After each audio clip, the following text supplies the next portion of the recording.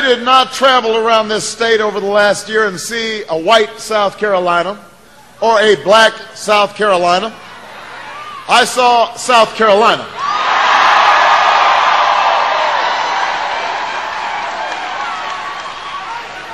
I saw crumbling schools that are stealing the future of black children and white children alike. I saw shuttered mills and homes for sale that once belonged to Americans from all walks of life, and men and women of every color and creed who serve together and fight together and bleed together under the same proud flag. I saw what America is, and I believe in what this country can be. That is the country I see.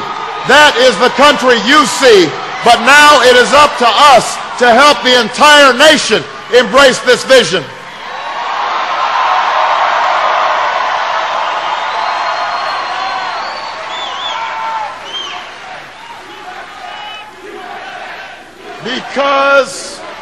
Because in the end, we're not up just against the ingrained and destructive habits of Washington. We're also struggling with our own doubts, our own fears, our own cynicism. The change we seek has always required great struggle and great sacrifice. And so this is a battle in our own hearts and minds about what kind of country we want and how hard we're willing to work for it. So let me remind you tonight that change will not be easy. Change will take time. There will be setbacks and false starts, and sometimes we'll make mistakes. But as hard as it may seem, we cannot lose hope, because there are people all across this great nation who are counting on us, who can't afford another 4 years without health care. They can't afford another 4 years without good schools. They can't afford another 4 years without decent wages, because our leaders couldn't come together and get it done. Theirs are the stories and voices we carry on from South Carolina. The mother who can't get Medicaid to cover all the needs of her sick child. She needs us to pass a health care plan that cuts costs and makes health care available and affordable for every single American. That's what she's looking for. The teacher who works another shift at Dunkin' Donuts after school just to make ends meet. She needs us to reform our education system so that she gets better pay and more support, and her students get the resources that they need to achieve their dreams.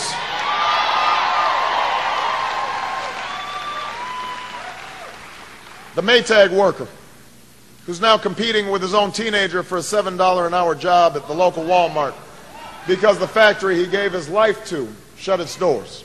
He needs us to stop giving tax breaks to companies that ship our jobs overseas and start putting them in the pockets of working Americans who deserve it, and put them in the pockets of struggling homeowners who are having a tough time, and looking after seniors who should retire with dignity and respect.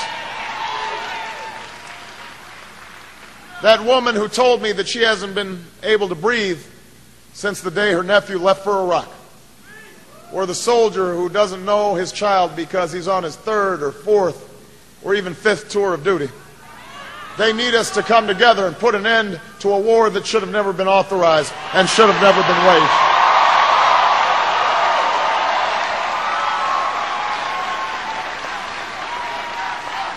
So understand this, South Carolina. The choice in this election is not between regions or religions or genders. It's not about rich versus poor, young versus old, and it is not about black versus white.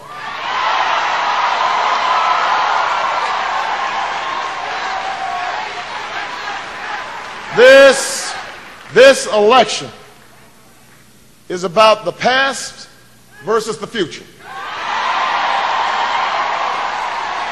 It's about whether we settle for the same divisions and distractions and drama that passes for politics today, or whether we reach for a politics of common sense and innovation a politics of shared sacrifice and shared prosperity.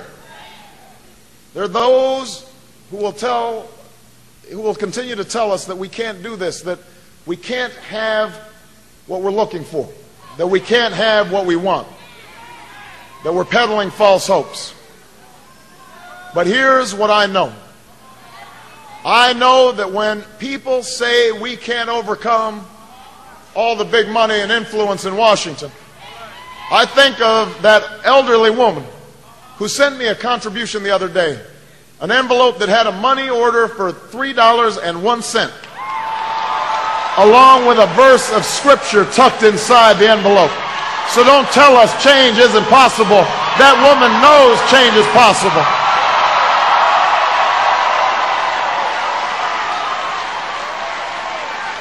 When I hear the cynical talk that blacks and whites and Latinos can't join together and work together, I'm reminded of the Latino brothers and sisters I organized with and stood with and fought with side by side for jobs and justice on the streets of Chicago. So don't tell us change can't happen.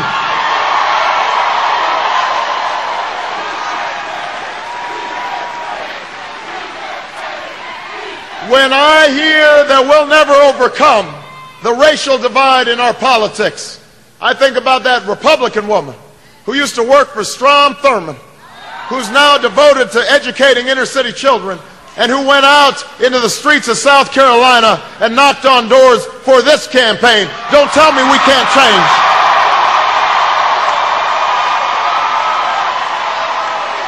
Yes, we can. Yes, we can change. Yes, we can.